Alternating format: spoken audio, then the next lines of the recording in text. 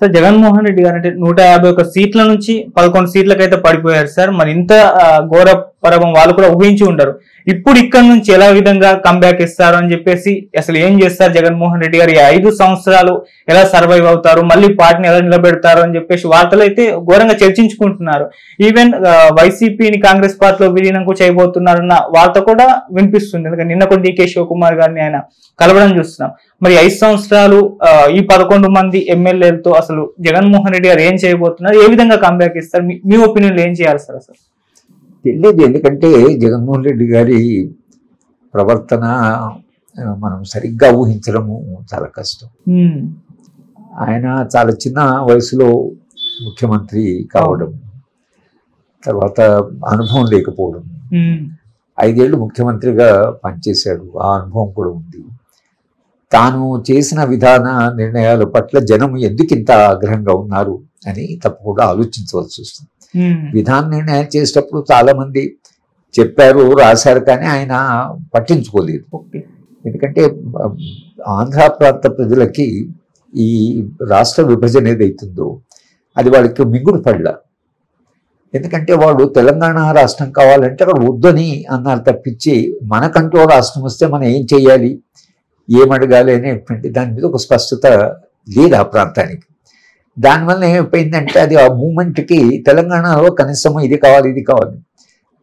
వెంకయ్య నాయుడు గారు రాజ్యసభలో చివరిగా పెట్టేటప్పుడు పోలవరము ప్రాజెక్టు, తర్వాత ముఖ్య పట్టణం కట్టుకోవడానికి సపోర్ట్ ఇవన్నీ కొన్ని అడిగారు.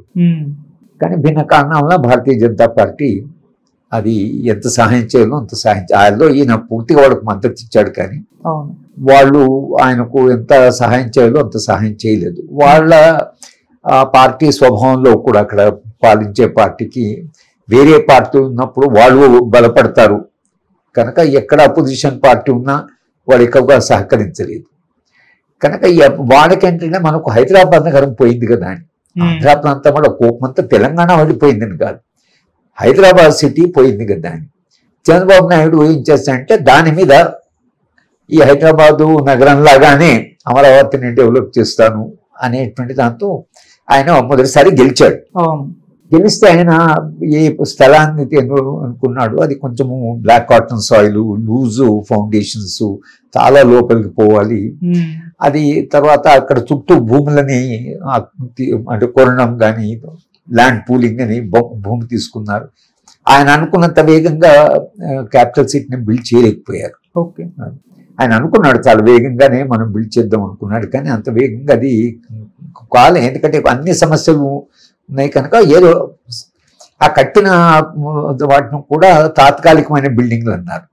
అసెంబ్లీ కానీ లేకపోతే సెక్రటేరియట్ కానీ ఒక జ్యుడిషియరీకి మాత్రము కొంత బాగానే కట్టారు. కనుక ఇప్పుడు ఆ మొత్తము ఏదైతే అమరావతి కట్టకపోవడం అనేది అంటే అనుకున్న సమయంలో కట్టకపోవడం వలన ఒకే రకమైనటువంటి సామాజిక వర్గము దానివలన బెనిఫిట్ అయిందని ఒక జనంలో ఒక ప్రచారం జరిగింది. ఆ ప్రచారం వలన ఏంటంటే అందరూ బెనిఫిట్ కాలేదు అనేది ఒకటి తెలియదు. కనుక వాళ్ళకు క్యాపిటల్ సిటీ అనేది చాలా ఇంపార్టెంట్ ఆంధ్ర ప్రాంతానికి. కనుక ఈయనను గెలిపించారు. సరే, ఈయన గెలిపిస్తే ఈయన వచ్చినప్పటి నుంచి క్యాపిటల్ సిటీ డెవలప్ చేయడమేమో కానీ మొత్తంగా దాన్ని ధ్వంసం చేశారు. మొత్తంగా అది పూర్తి ధ్వంసం కావడం వలన ఆ ఆగ్రహం మీదే వాళ్ళు ఆయనకు అంత పెద్ద ఎత్తున అపోజిషన్ వచ్చింది. లేకపోతే కొన్ని కార్యక్రమాలు చేశాడు, వెల్ఫేర్ ప్రోగ్రామ్స్ అవి ఖర్చు పెట్టాడు జనానికి. కొంత విలేజ్ సెక్రటేరియట్ అని 11 మంది నీ వాలంటీర్స్ ను వేశాడు, అదంతా చేశాడు. కానీ వాళ్ళకేంటంటే హైదరాబాద్ సిటీ లాంటి సిటీని మనం కట్టుకోవాలి. ఈ ప్రజల్లో మధ్యతరగతి లోయర్ మిడిల్ క్లాస్ లో హైదరాబాద్ సిటీ లాంటి చంద్రబాబు నాయుడు గారు మొదట ఎన్నుకున్నప్పుడు అంత సిటీ కడతాడని అనుకున్నారు వాళ్ళు. కానీ అది హైదరాబాద్ నగరం దానికి 300-400 ఏళ్ల చరిత్ర ఉంది. ఇది ఒకరోజు డెవలప్ అయిన సిటీ కాదు కదా, ఈ 400 ఏళ్ల క్రితం ప్రారంభమైన సిటీ. కనుక అట్లా కట్టడం సాధ్యం కాదని ప్రజలకి ఆ లిమిటేషన్ చాలా మందికి తెలియదు. ఇక క్యాపిటల్ సిటీ కట్టలేదు కాబట్టి పారిశ్రామికీకరణ జరగలేదు. మీరు పెట్టుబడి రావాలంటే పట్టణంలో ఉంటే విశాఖపట్నంలో పెడతారు, కానీ అమరావతి ఇంకా పట్టణమే బిల్డ్ కాకముందు పెట్టుబడి పెట్టారు. జగన్మోహన్ రెడ్డికి అర్థం కాని ఏంటంటే పెట్టుబడి ఆకర్షించాలనుకున్నా వాడు ఎక్కడ పెడతాం, ఏముంది, ఇన్ఫ్రాస్ట్రక్చర్ ఏంటి, ఫెసిలిటీస్ ఏమని అడుగుతారు. అది అడిగినప్పుడు ఆయన ఏ పరిశ్రమలు రాకుండా అన్ఎంప్లాయ్మెంట్ ఏదైతుందో అది చాలా పెద్ద ఎత్తున పెరిగింది. కనీసం పరిశ్రమలు వస్తే కొంతమంది కాకుండా కొంత ఎంప్లాయ్మెంట్ వస్తుంది, ఇప్పుడు కాకుండా రేపైనా మనకు అవకాశాలు వస్తాయనేటువంటి పాసిబిలిటీ ఉంటుంది. అసలే పారిశ్రామికీకరణ పెద్ద పరిశ్రమలు ఏవి రాకపోవడం వలన ఆ రెండిటి వలన కూడా యూత్ ఎవరైతే ఉన్నారో వాళ్ళ ఐ థింక్ జగన్మోహన్ రెడ్డి గారికి చాలా వ్యతిరేకంగా, ఎట్లయితే తెలంగాణలో మాకు వస్తా ఉన్న అంత ఉద్యోగాలు రాలేదని నిరుద్యోగులు పోయిన ఎన్నికల్లో, అసెంబ్లీ ఎన్నికల్లో చాలా పెద్ద ఎత్తున ప్రచారం చేశారు, వేయకండి ఈ పార్టీకి ఓట్లేని, ఎందుకంటే మనకు ఉద్యోగ అవకాశం అక్కడ కూడా అదే జరిగింది. యూత్ ఎవరైతున్నారో అవకాశాలు లేవు, చదువుకున్న వాళ్ళు ఉన్నారు, పట్టణం లేదు, పారిశ్రామికరణ లేదు. ఇది ఈ యూత్ ఏం చేస్తారంటే ఉద్యోగ అవకాశాలు లేదనేది ఏదైతుందో అది తల్లిదండ్రులు, బంధువులు, ఊళ్ళో వాళ్ళు అందరూ కూడా డిసప్పాయింట్ అవుతారు. కనుక ప్రధానంగా ఇవాళ ఆయన ఓడిపోవడానికి, ఇంత పెద్ద ఎత్తున ఓడిపోవడానికి ప్రధాన కారణం ఏ అంశాల మీద కాస్త ఆయన ప్రాధాన్యత ఇవ్వకపోవడం వలన జనంలో ఒక ఆగ్రహం వచ్చింది. సరే, కొంత పవన్ కళ్యాణ్ పాపులారిటీ, ఆయన ఒక పాపులిజం అనుకోండి, కానీ జనాన్ని కొంత ఆకర్షించే శక్తి ఆయనకు ఉంది.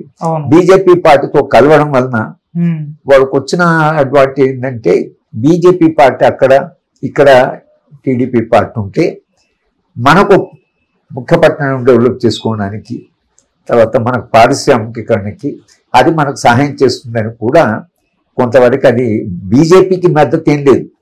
మొత్తము ఆంధ్ర ప్రాంతంలో వాళ్ళకి 1% ఓటు కూడా లేదు.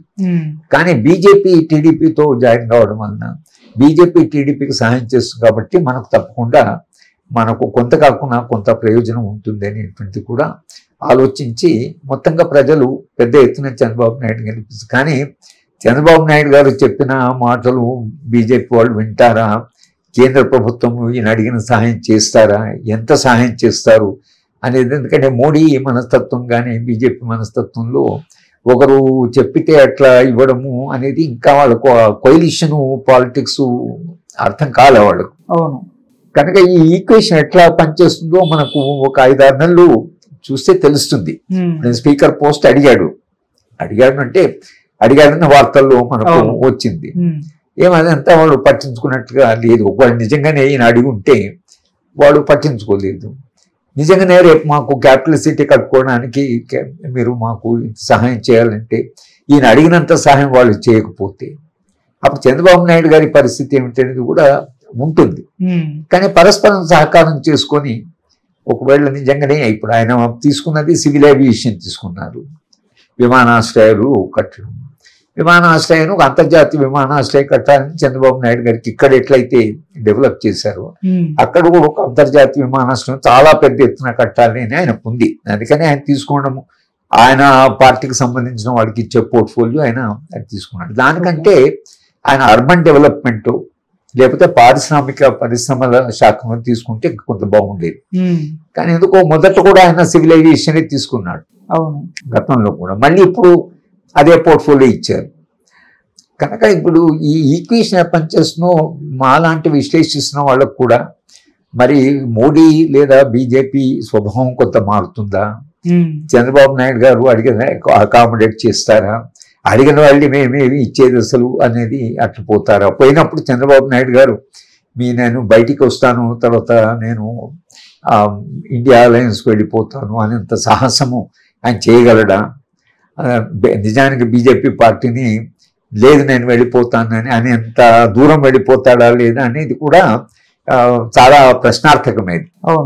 అందుకని ఇవి అన్ని పాసిబిలిటీస్ ఉన్నాయి. చంద్రబాబు నాయుడు గారు గట్టిగా నిలబడి మాకు సహాయం చేయకపోతే మా ప్రజలు ఓటేసింది దీని కొరకే కాబట్టి ఇండియా అలయన్స్ వాళ్ళు ఎలాగో ఎదురు చూస్తూనే ఉంటారు. రాని మీరు డిప్యూటీ ప్రైమ్ మినిస్టర్ ఇస్తాం, లేకపోతే మీ వాళ్ళకు ఒక 5-6 పోర్ట్ఫోలియోస్ ఇస్తాం, మీరు రాండి అసలు క్యాబినెట్లో మీకు చాలా ప్రధానమైన పాత్ర ఇస్తాం అని అన్నారనుకోండి. అనుకుంటే అప్పుడు చంద్రబాబు నాయుడు గారు నిజంగానే మనకు 5-6 క్యాబినెట్ పోర్ట్ఫోలియోస్ వస్తే మనం చాలా డెవలప్ కావచ్చు. ఎందుకంటే ఆ ఇండియా అలయన్స్లో కొంత అకామిడేటివ్ కల్చర్ ఉంటుంది. మన దగ్గరకు వచ్చాడు కాబట్టి కొంత మనం, బీజేపీకి పాలనలో ఆ స్వభావం లేదు, వాళ్ళు చెప్పిందే నడవాలి అనేటువంటి స్వభావం ఉంది. కానీ ఇప్పుడు మొదటిసారిగా అలయన్స్ పెట్టుకున్నారు. అందుకని ఈ అలయన్స్లో నిజంగా బీజేపీ చాలా ఓపెన్గా లేదు వీళ్ళకి మనం సహాయం చేశారు కనుక మనం చేద్దాం అనుకుంటే ఆ అభివృద్ధి డైరెక్షన్ వేరే ఉంటుంది. ఓకే.